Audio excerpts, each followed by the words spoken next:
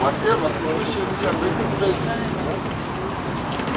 situation iyoyo haione pane munhu waMwari ari isu hatizikuzoisirwa pasi nesituation hatizikuzoisirwa pasi with anything forward ever backward.